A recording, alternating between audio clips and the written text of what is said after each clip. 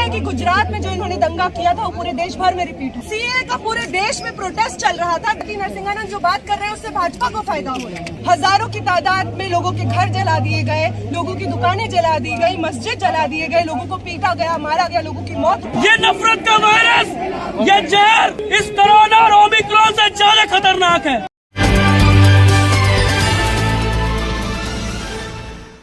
अस्सलामुअलैकुम दोस्तों, हरिद्वार में जो धार्मिक चोला ओढ़कर जितने भी गुंडे लोग वहां इकट्ठे हुए थे और मुसलमानों के खिलाफ जितने भी उन्होंने भड़काऊ भाषण दिए थे, सबको लेकर पूरे देश में हंगामा मच चुका है।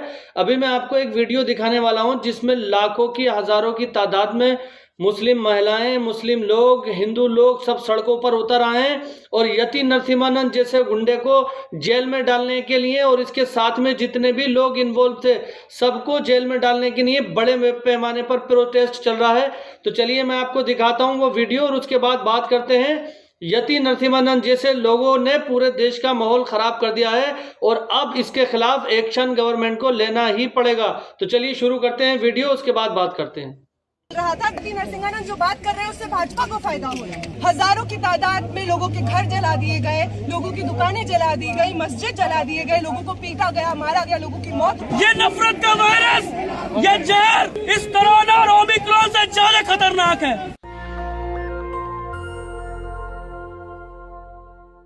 जितने भी लोग थे जो इस हरिद्वार की धर्म संसद में मौजूद थे, उनके बारे में मैं कुछ बात रखना चाहूंगी। उनमें से जो पहले व्यक्ति हैं, जो मेन ऑर्गेनाइजर्स में से हैं और जिसको शायद हम सब लोग इस वक्त जान रहे होंगे, वो है यति नरसिम्हानंद। यति नरसिम्हानंद वो व्यक्ति हैं जिन्होंने पिछले 2-3 सालों में या उससे पहले भी जब भी उन्होंने अपना ट्वीट किया है, जब भी उन्होंने वीडियो सोशल मीडिया पे डाला है, जब भी मुंह खोला है, उन्होंने ऐसी ही चीजें बोली हैं। मुस्लिम कम्युनिटी के खिलाफ बातें की हैं, उनके जेनोसाइड्स के कॉल दिए हैं। ये बात साफ तौर पे कही है कि मुस्लिम महिलाओं को रेप करना चाहिए। ये बात साफ तौर पे कही है कि मुस्लिम्स का मास मर्डर करना चाहिए अगर हम चाहते हैं कि ये देश आगे बढ़े। यति नरसिम्हानंद वही व्यक्ति है जो 2019 में जब सीए का पूरे देश में प्रोटेस्ट चल रहा था, दिल्ली में प्रोटेस्ट चल रहा था, तो यति नरसिम्हानंद दिल्ली में अलग अलग जगहों पे सभाएं कर रहे थे और वहां से कॉल्स दे रहे थे कि मुसलमानों को पकड़ के मारना चाहिए, उनकी हत्या करनी चाहिए। ये वही यति नरसिम्हानंद है।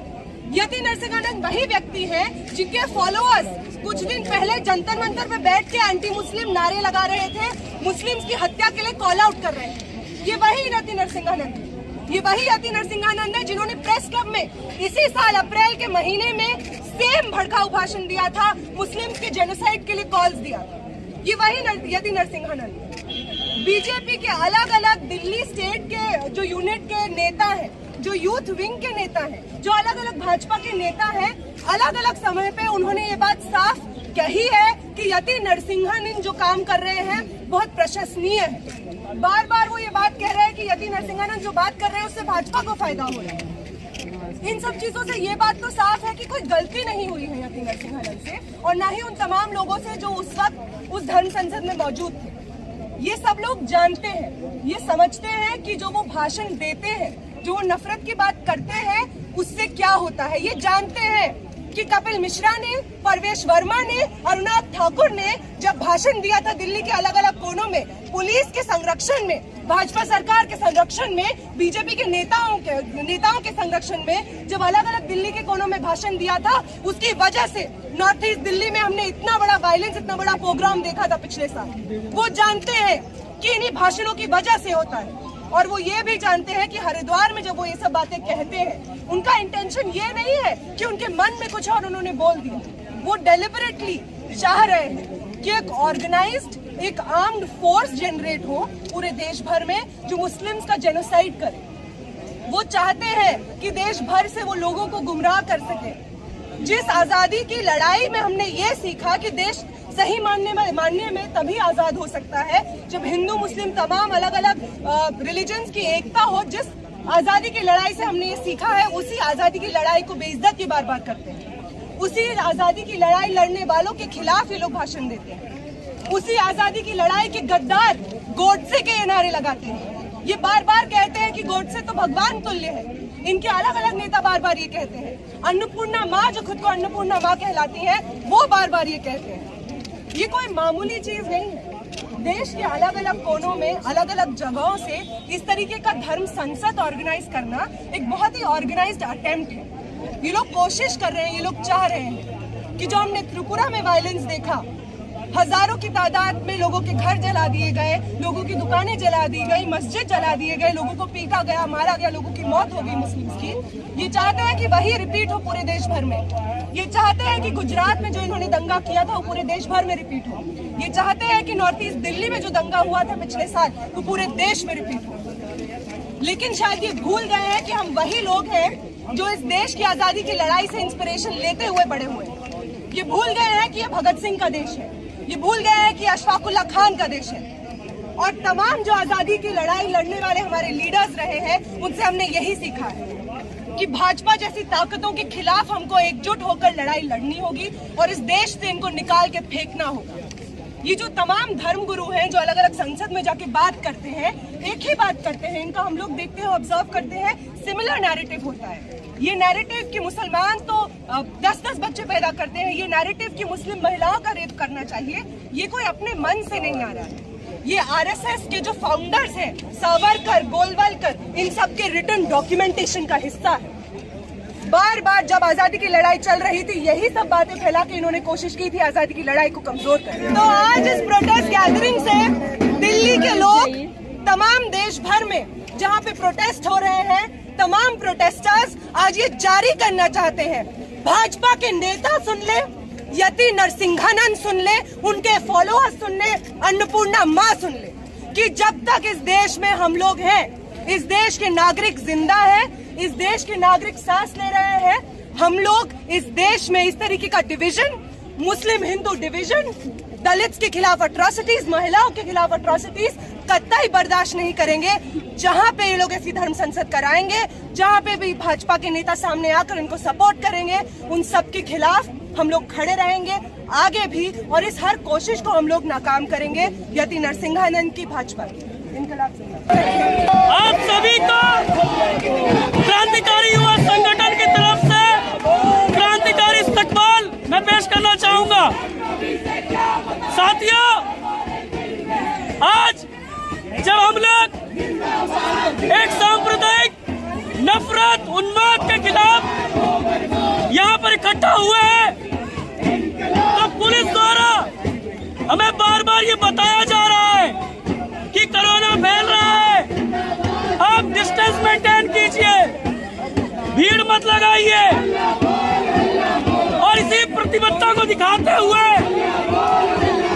तमाम स्कूल, कॉलेज, रेहड़ी पटरी सब कुछ बंद कर दिया गया। मगर मैं पूछना चाहूंगा कि इतनी प्रतिबद्धता आप ऐसे धर्म संसद पर क्यों नहीं दिखाते कि वो खुलेआम नफरत का जहर, नफरत का वायरस पूरे समाज में फैला रहे हैं।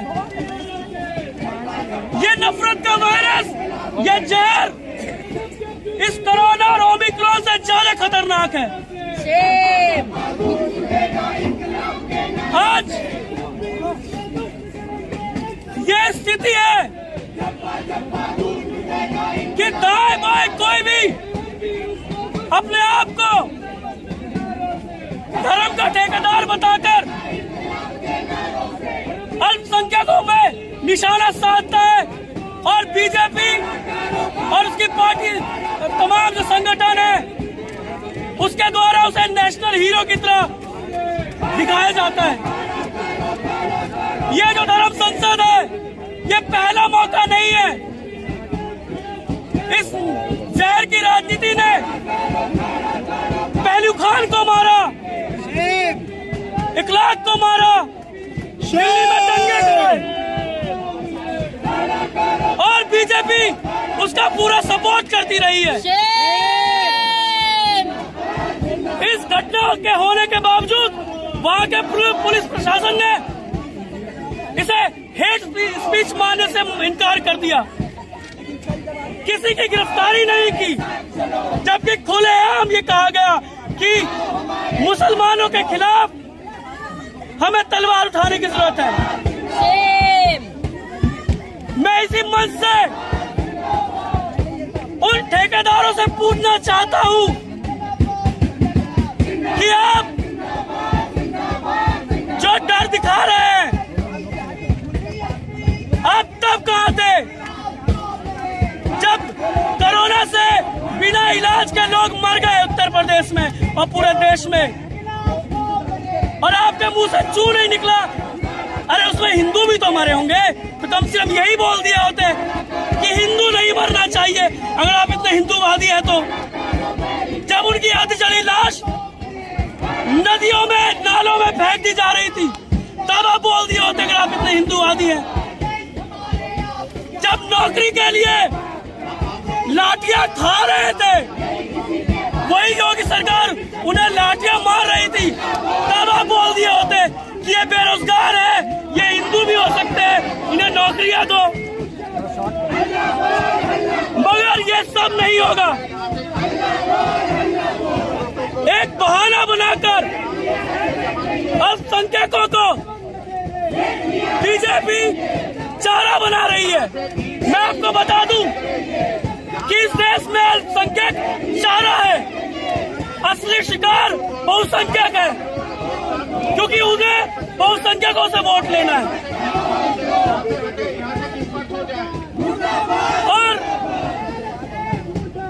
और बीजेपी ये चाहती है कि तमाम जो आंदोलन या बातें हो या संघर्ष हो, वो इसी तरह हो कि मुस्लिमों पे हमला हुआ है या किसी क्रिश्चियन पे हमला हुआ है। तो देखा दोस्तों किस तरह से पूरे देश का माहौल खराब करने वाला, मुसलमानों के खिलाफ लगातार भाषण देने वाला यति नरसिम्हानंद अभी भी सलाखों के पीछे नहीं गया है, खुलेआम घूम रहा है, मौज कर रहा है, लेकिन अभी तक किसी भी शासन प्रशासन ने इसको पकड़ने की कार्रवाई नहीं की है।